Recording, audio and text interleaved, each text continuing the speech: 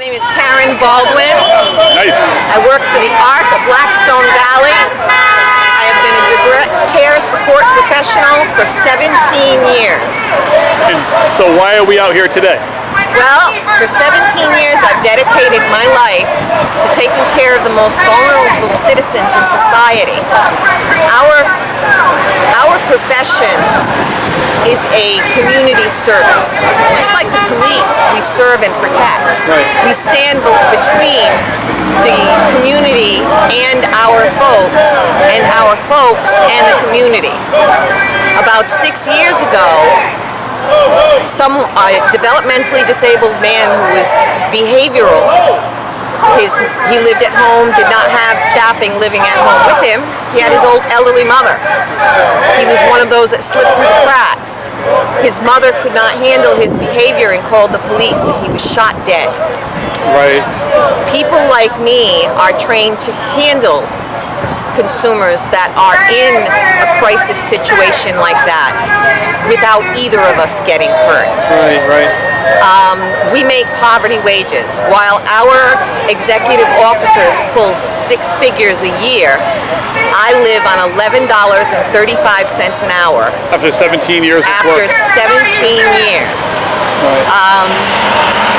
I have, without overtime, I live on $1,200 a month. You can't find an apartment for less than $900. I live in an apartment that's 2 steps up from a dump, 2 streets away from a really bad neighborhood, and I pay $900 a month. That leaves me $300 to pay my utilities, my car insurance, and a car is a requirement for my job. Sure, it's sure. not a luxury. Right, right. If I don't have a car, I don't have a job. And so that's also, we're talking gas and food. And Everything. Right. $300. I would not have a roof over my head if my son had not decided that he needed to move home with mom. Right, right. That's really, really difficult. So, I mean, they're talking about funding and how difficult funding it is, but we've got at least 4 CEOs in our agency that are pulling 6-figure salaries. Right. While we're qualifying for food stamps after working for 40 hours a week, we still qualify for food stamps and right share. So when they cut budgets for folks like us, they're just transferring the responsibility from one state department to another. Right, right. Because now we're all on food stamps. People who have families are on right share because they can't afford. They're not making a living wage. And we're the ones that are in the trenches, that are wiping tears and bottoms, that are dodging punches when the people get frustrated because they may be 60 years old, but they have the cognitive ability of a 3 to a 5-year-old. Right. This is very difficult people to work with, yeah. So, but they're so vulnerable, and they're so loving. They have their moments, just like any 2, 3, 4, 5-year-old. They have their moments where they have a temper tantrum. And we're the ones that are standing in front of that. To protect them from society making snap judgments on them. What people don't understand too is the way we evolved. The nonprofits in this state evolved after it was discovered that the institutions were abusing these folks, and they closed them. They closed Lad School. Right. Then they had nothing to do with all of those people. Yeah. So these nonprofits cropped up so that we could take care of them for the people of this state. Yeah. And we're getting poverty wages. Very sorry.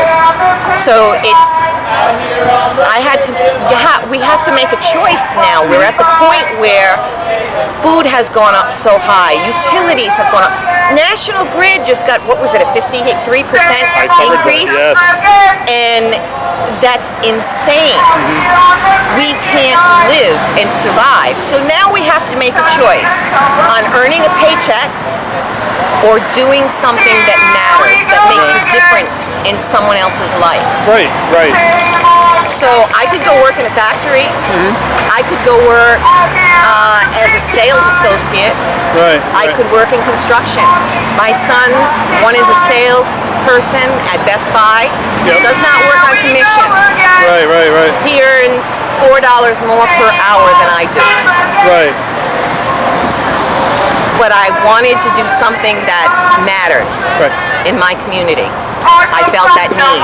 And the majority of the people that I work with feel like that. They need to do something that is spiritually fulfilling. But it's also important work. I mean, this is work that we need to be done, and it has to be done. And it's like Exactly. there's a moral calling here, just for the work itself. Never mind your personal involvement in it. So Right. Yeah. I'm just talking on a personal level that all of our folks feel that work in this. Anybody that's been in this business longer than 5 years, Right. because if you don't feel that need for that fulfillment of doing something that matters, you're not going to last more than 5 years because it's hard it sounds work. hard. I don't know that I have the Hard temperament work. for it. And Always have to be on. yeah, I respect it so much because I know that I don't have the temperament for it, and I think the people who do it are just doing such amazing and good work, and I just really appreciate it a lot. Believe me. Thank you. We need people like you to stand with us to get Yeah. the funding that we need to go into these agencies. And my gripe is I really feel that there should be a cap on what executive officers are allowed to take off of the top of any funding that comes from federal and state. Absolutely. They want to make 6 figures, you go right ahead and make 6 figures. But you hire somebody to go out there and raise money, do fundraisers to get that money into the agencies. Right. State and federal funding, they should not be able to take 6 figures off the top for 4 people while the rest of the 260 of us are working at poverty Right. wages. No, you're absolutely correct. You're absolutely right. You know, that's taxpayers. Right. They're getting rich off the taxpayers. Right. That's the whole problem with the United States of America right now. The 1% is getting rich Right. off of our blood, sweat, and tears. And nowhere is that personified more than in the nonprofit sector. Right. Well, awesome. Very good to meet you. Thank you so much. Thank That was you. amazing. Thank you.